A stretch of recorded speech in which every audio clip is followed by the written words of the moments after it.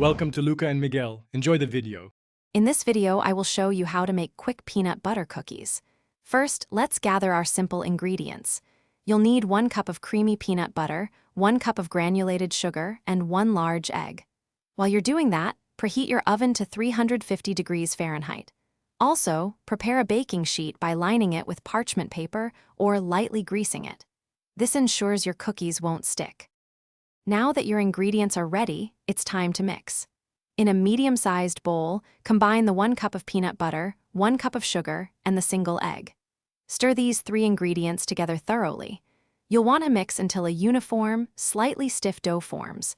Make sure everything is well incorporated. This ensures your cookies will have that perfect, consistent texture we all love. With your dough mixed, it's time to form the cookies. Roll the dough into small, 1-inch balls. Place these balls about 2 inches apart on your prepared baking sheet. Next, take a fork and gently flatten each cookie ball, creating that classic crosshatch pattern. This not only looks great, but also helps them bake evenly. Pop them into your preheated oven for 10 to 12 minutes, or until the edges are lightly golden brown.